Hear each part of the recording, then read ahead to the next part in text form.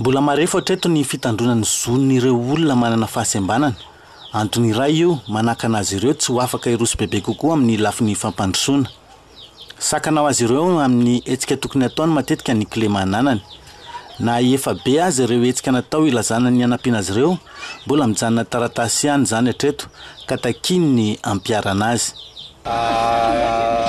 Mbola tena amin'izao fotoana izao mbola miaina ny fanilokiliana be ny olona manana fahasembanana. Ny fanilokiliana miseho amin'ny endriny maro. Betsaka indrindra moa ny vehivavy manana fahasembanana. Eo amin'ny resaka fiarahamonina ankapobeny indray ny olana fanilokiliana tonga dia hita maso dia ny resaka ataoko hoe foto-drafitr'asa. Satria tsy manovana ny olona manana fahasembanana mihitsy ny foto-drafitr'asa misy eto Madagasikara. Indrindra amin'ny toerana natao anaovana ny raharaham-panjakana zany tena tiako tenena.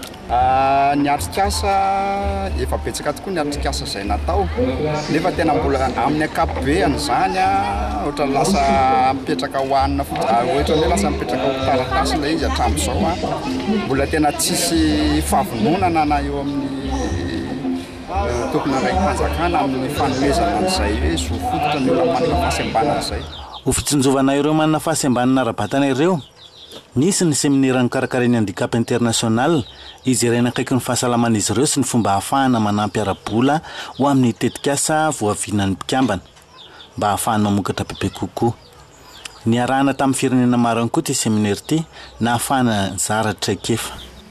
Afaka nanao asa tarika zany izahay tao anatin'ilay fandinihana ireo ka reo sy ireo vokatra ireo analyse izay nataony zareo izay dia afaka namaritra ihany koa izany hoe sady exercice fampiarana ireo zavatra nambarany zareo ihany koa ilay izy zany.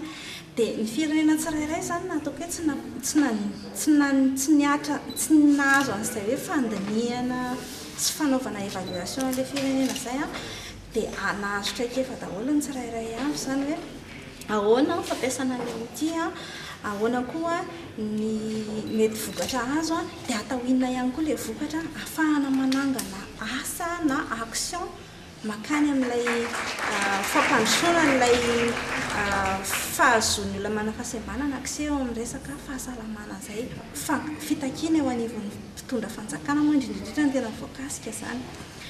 Dia ho anay manokana zany raha izay participant eto Madagasikara aloha ny resako zany hoe izaho miresaka aminareo izay anisan'ny acteur anankiray miasa eo amin'ny sehatra ny fahasembanana, izaho manokana manana fahasembanana ara-pahitana. Dia ao anatin'izay ihany koa zany hoe tsy miasa rery izahay manatanteraka ilay réadaptation base communautaire eto Antananarivo fa miara-miasa amin'ny acteur maro be. Dia ny fomba fijereto zany tsy hoe ho anay ihany en tant que ONG locale fa tena hoe ho an'ny Madagasikara iray manontolo. Dia izay mahatonga ilay hoe misy fandraisana anjara ministère amin'ny fahasalamana, ministère am-ponina, ireo partenaires techniques et financiers izay voakasika ihany koa zany.